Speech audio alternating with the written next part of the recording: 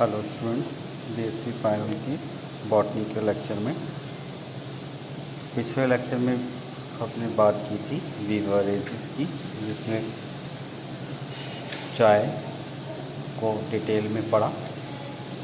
उसके बाद बीवरेजेस का दूसरा एग्जाम्पल कॉफ़ी, जिसका थोड़ा सा एक जनरल आइडिया कर दिया गया। Botanical name coffee arabica, commonly coffee कहते हैं, जो बीएसी फैमिली को बिलोंग करता है और इसके जो यूजेबल पार्ट हैं वो सीड है। कॉमर्शियली जो कॉफ़ी होती है उपरोक्त प्लांट के सीड को भूनकर प्राप्त की जाती है और जो कॉफ़ी शब्द की उत्पत्ति है वो काफा नामक शब्द से हुई थी। ये दक्षिण पश्चिमी एविसिनिया का एक शहर था जहाँ ये पौधे पहली बार पाए गए। इंडिया में इसकी खेती तमिलनाडु, उड़ीसा, कर्नाटक व केरल में की जाती है। इंडिया में इनका वार्षिक उत्पादन लगभग 1 लाख टन है, जिसमें से लगभग 50% कर्नाटक से प्राप्त होता है। और जो कॉफ़ी की जो स्पीसीज़ पाई जाती है लगभग 25 स्पीसीज़ हैं, जिनमें से कॉफ़ी अरेबिका है, कॉफ़ी रोबस्टा है, कॉफ़ी एक्सेल्सा है। लेकिन जो विश्व उत्पादन की लगभग 90% कॉफ़ी है वो कॉफ़ी अरेबिका से ही प्राप्त होती है। कॉफ़ी के कच्चे फल हरे व मेच्योर फल लाल रंग के होते हैं। कॉफ़ी के प्लांट 3 या 4 वर्ष की आयु में फल धारण करना शुरू कर देते हैं और ये लगभग 50 वर्ष तक आर्थिक रूप से सक्षम रहते हैं, यानी कि 50 वर्ष तक इसमें फ्लावरिंग फ्रूटिंग होती रहती है। विभिन्न क्षेत्रों में फल को कलेक्ट करने का काम साल में 3 से 12 बार तक किया जाता है। अब बात करते हैं इसके प्रोसेसिंग की। कॉफ़ी की प्रोसेसिंग वेट मतलब नम व ड्राई मेथड द्वारा की जाती है। ड्राई मेथड में कॉफ़ी के फ्रूट्स को पहले धूप में सुखा लिया जाता है। इसके बाद इन सूखे हुए फ्रूट्स को कूट कर इनके बीजों को अलग कर लिया जाता है। जबकि वेट मेथड में कॉफ़ी के फ्रूट्स को पानी से भरे टैंक में रखा जाता है। इमेच्योर फल जो होते हैं वो टैंक की सतह पर तैरने लगते हैं। इसके पश्चात इमेच्योर फलों को एक विशेष मशीन में डालकर इसका गूदा और सीड को अलग अलग कर लिया जाता है। इस प्रकार प्राप्त सीड को पर्चमेंट कॉफ़ी कहते हैं। इनकी सतह पर गूदे को एक पतली लेयर चिपकी रहती है, जिसे हटाने के लिए पुनः पानी के टैंक में से 12 से 14 घंटे तक के लिए फिर रख दिया जाता है, जिसमें फर्मेंटेशन कराया जाता है। ऐसा करने से जो गूदे की जो म्यूसिलेजिनस लेयर है वो दूर हो जाती है और साथ ही साथ सीड में एक विशेष प्रकार का स्वाद भी आ जाता है। इनकी सीड पर पॉलिश की जाती है, जिससे फिर इनके सीड को मशीन में सुखाकर सीड के आकार व आमाप के आधार पर कॉफ़ी की ग्रेडिंग कर दी जाती है। तो ये रहा कॉफ़ी का प्रोसेसिंग, जो 2 तरह के मेथड से किया गया है, dry method and wait method. Wait method में जो फ्रूट्स है उसको पानी में डुबो दिया गया, ड्राई मेथड में उनको सुखा लिया गया। क्वालिटी की बात करें तो कॉफ़ी के सीड के 2 मेन कंपोनेंट जो हैं वो कैफीन तथा कैफेटिक एसिड है, तथा कॉफ़ी के स्वाद का जो कड़वापन होता है इसके उत्तेजक प्रभाव इसी एल्कलॉइड के कारण होते हैं। भुने हुए बीजों की अपेक्षा कच्चे बीजों में कैफीन की मात्रा अधिक होती है। इसके बाद करते हैं इसके यूजेस की। विश्व के अनेक भागों में कॉफ़ी को लोग चिकोरी प्लांट होता है कंपोजिटी फैमिली का, की जड़ों के साथ पीसकर पाउडर तैयार करते हैं उसे और उसको पीते हैं। इसके अतिरिक्त इसे गेहूं व जौ का पाउडर के साथ मिलाकर भी यूज किया जाता है। औषधि में कॉफ़ी का उपयोग उत्तेजन डाययूरेटिक के रूप में किया जाता है। इसमें जो कैफ्यूटॉक्सिन नामक पॉइजन सब्सटेंस पाया जाता है, कॉफ़ी के अत्यधिक प्रयोग से होने वाला जो उसका बैड इफ़ेक्ट है वो इसी के कारण होता है। तो कैफ्यूटॉक्सिन एक पॉइजन सब्सटेंस है, वो कॉफ़ी के ज़्यादा उपयोग करने से बॉडी पर इसके बैड इफ़ेक्ट डालता है।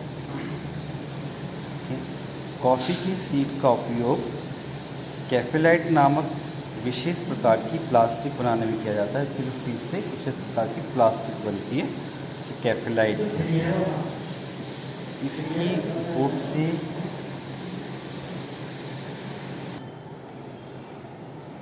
इसकी बूट से पेटियां व पतली शाखाओं से वॉकिंग स्टिक व औजारों के हत्थे बनाने में बनाए जाते हैं। इस प्रकार हमने पढ़ा है कॉफ़ी का प्रोसेसिंग, कॉफ़ी का उपयोग, जो सेकंड बीवरेजेस है, जिस पेय पदार्थ है नॉन अल्कोहलिक, जिसे हम घरों में यूज करते हैं। स्टिमुलेंट होता है ये, परंतु उसका ज़्यादा उपयोग जो होता है वो हानिकारक होता है। लोग इसे डिफरेंट चीज़ों के साथ मिलाकर, जैसे चिकोरी है, गेहूँ है और जौ के पाउडर के साथ मिलाकर उपयोग करते हैं। और इसकी सीड से कैफ्यूलाइट नामक प्लास्टिक भी बनाई जाती है और इसकी वुड को पेटियाँ बनाने में और पैकिंग के लिए और वॉकिंग स्टिक बनाने में और औजारों के हत्थे बनाने में करते हैं, क्योंकि ये मजबूत होती है। अब बात करते हैं next plant material, plant utilization में मेडिसिनल प्लांट। बहुत ज़्यादा इम्पॉर्टेंट यूज है प्लांट्स का, जिनसे हमें औषधियाँ प्राप्त होती हैं, मेडिसिनल प्लांट इनको बोलते हैं। तो अब आज पढ़ते हैं मेडिसिनल प्लांट से प्राप्त होने वाली मेडिसिन्स, और जिन प्लांट से मेडिसिन्स प्राप्त होती हैं उन्हें मेडिसिनल प्लांट बोलते हैं। ठीक, प्लांट औषधि के महत्वपूर्ण सोर्सेज हैं और प्राचीन काल से ही मानव द्वारा इनका उपयोग अनेक प्रकार के रोगों के उपचार में किया जा रहा है। और जो भारत का सबसे प्राचीन ग्रंथ जो है ऋग्वेद, उसमें ऐसे संदर्भ मिलते हैं कि जो वनस्पति का औषधि के रूप में पूर्ण रूप से प्रयोग दर्शाते हैं कि पहले लोग भी मेडिसिनल प्लांट के बारे में जानते थे और उनको मेडिसिन्स के रूप में यूज करते थे। ऋग्वेद में इसके बारे में बताया गया है। इसे संदर्भ सबसे पुराना वेद है। अथर्ववेद, जिसकी रचना ऋग्वेद के बाद हुई है, उसमें भी अनेक प्लांट्स का विस्तृत वर्णन किया गया है, जैसे चरक संहिता व सुश्रुता संहिता, जिसे औषधीय पद्धति का आधार माना गया है। इसमें लगभग 700 मेडिसिनल प्लांट का उल्लेख किया गया है।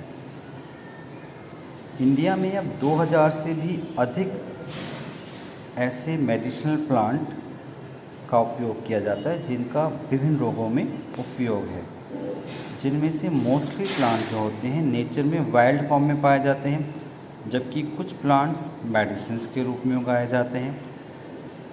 मेडिसिनल साइंस की वह ब्रांच जो ड्रग प्लांट से जुड़ी हुई है फार्माकोलॉजी कहलाती है, जबकि ड्रग एक्शन की जो स्टडी है उसे फार्माकोलॉजी कहते हैं। ड्रग्स को mostly drugs yielding part of plant के आधार पर क्लासीफाई किया गया है। क्लासिफिकेशन की बात करें तो उसको मोस्टली प्लांट के जिस पार्ट से वो प्राप्त हो रही है उसी के नाम पर उसका नामकरण कर दिया गया है। जैसे drugs obtain from leaves, drugs obtain from root, drugs obtain from stem, या उसके पंचांग से प्राप्त होने वाली जड़, तना, पत्ती, फूल से प्राप्त होने वाली मेडिसिन्स, उसको पूरा प्लांट उसका यूज करते हैं, पंचांग यूज करते हैं। तो जैसे एक एग्जाम्पल आज लेकर चलते हैं, ड्रग्स ऑब्टेन फ्रॉम लीव्स। इसका एग्जाम्पल है बेलोडोना। इसके बॉटनिकल डिस्क्रिप्शन की बात करें तो इसका बॉटनिकल नेम एट्रोपा बेलोडोना है। कॉमनली इसको बेलोडोना कहते हैं और ये फैमिली सोलेनेसी को बिलोंग करता है। इसकी जो यूजेबल पार्ट हैं जिसमें एल्कलॉइड्स पाए जाते हैं वो लीव्स हैं। यह प्लांट हिमालय पर वाइल्ड स्टेज में पाया जाता है।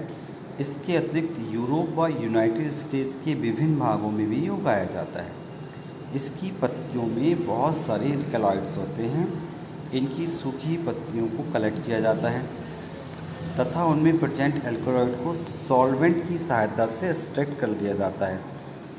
इसके जो मेन एल्कलॉइड हैं वो एट्रोपिन है और हायोसाइमिन है, बेलोडाइन है। इनका जो उपयोग है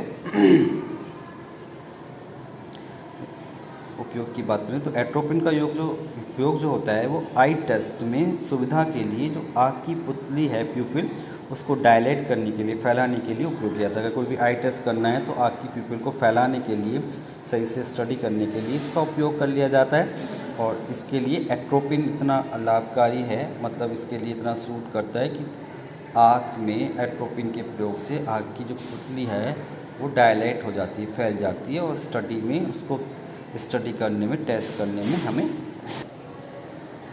तो इसी प्रकार से उसका दूसरा एल्कलॉइड है जिसे हम बोलते हैं हायोसाइमिन।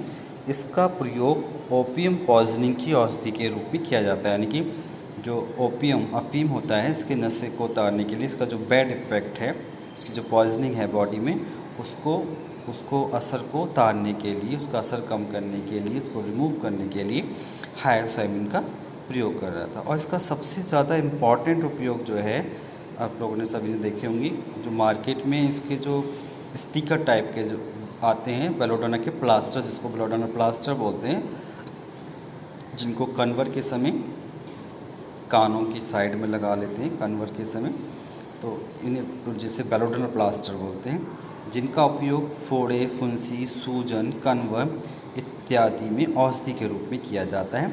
और इससे एक औषधि भी बनती है, वेलोडाइन नाम की, एक्ट्रोपा नाम की होम्योपैथिक औषधि बनती है। इस प्लांट से बेलोडोना नामक होम्योपैथी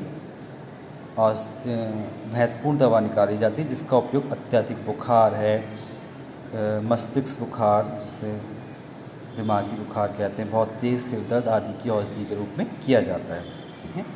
और एट्रोपिन तथा हायोसाइमिन का प्रयोग अत्यधिक पसीनों को रोकता है, एक्सेसिव पर्सपायरेशन को भी रोकता है एट्रोपिन और हायोसाइमिन का प्रयोग। लोकल पेन में भी आराम देता है, जैसे मसल्स का ऐंठना, स्पैम्स को भी आराम पहुंचाता है। यह अनिंद्रा, एंथीसिया के उपचार में भी उपयोग किया जाता है, एनेस्थीसिया भी इसी से दिया जाता है। और लोकल पेन है कहीं पर्टिकुलर जगह पर, तब भी इसको उपयोग किया जाता है। मस्कुलर पेन है, मांसपेशियों की ऐंठन है, अत्यधिक पसीना आने को रोकना है।